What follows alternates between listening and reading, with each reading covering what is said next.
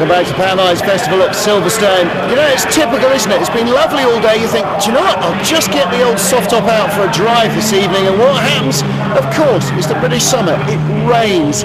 Battle for the lead of race 2 of the Mazda MX5. Jonathan Blake right in the mix.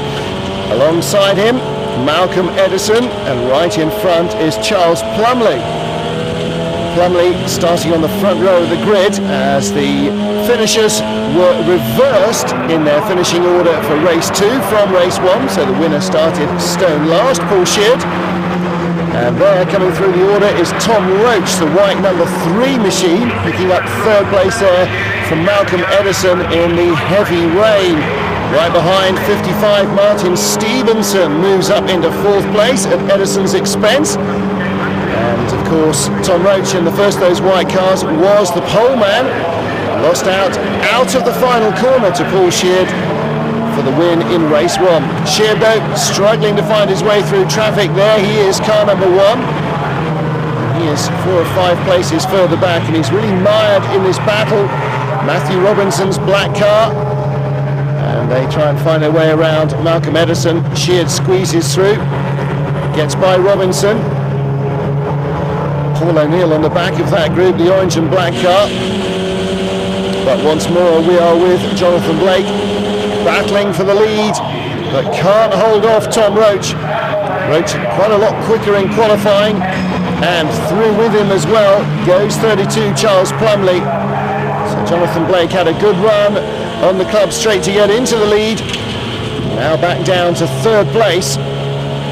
Struggling for grip here. See where the apex is, right over on the right hand side of the track. These guys going all the way around the outside, avoiding the racing line where they can, because that's where the rubber and oil are, and water on top of that does not give you good grip.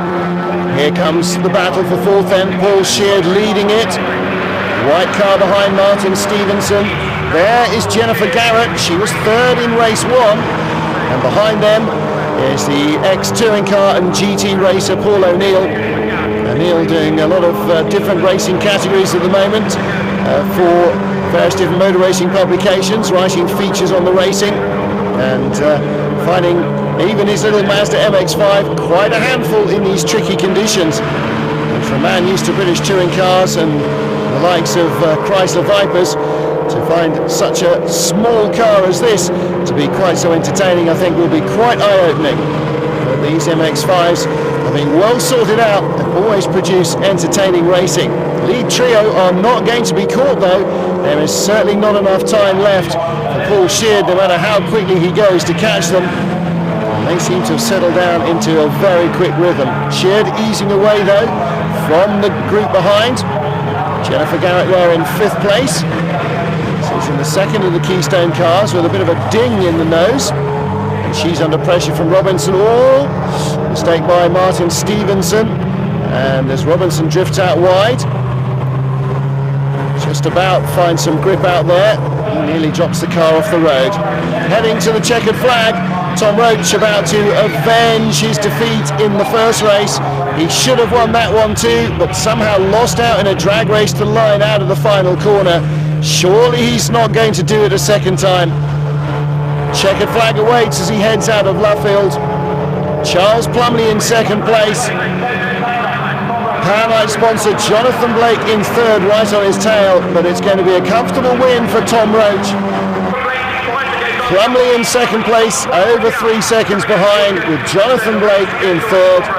And no sign at all of Paul Sheard. He's in 4th as Jennifer Garrett races to the line for 5th ahead of Matthew Robinson. Well, perhaps Tom Roach should have won the first race, but he certainly put that right by winning the 2nd.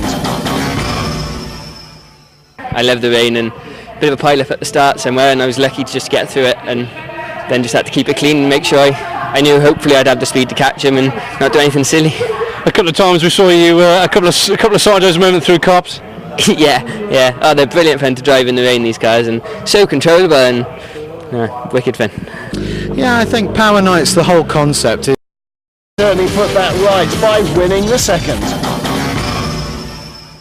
I love the rain and a bit of a pile-up at the start somewhere, and I was lucky to just get through it and then just had to keep it clean and make sure I knew hopefully I'd have the speed to catch him and not do anything silly. A couple of times we saw you a couple of sidewise movement through cops. yeah. Oh, they're brilliant fun to drive in the rain, these cars, and so controllable and wicked fun.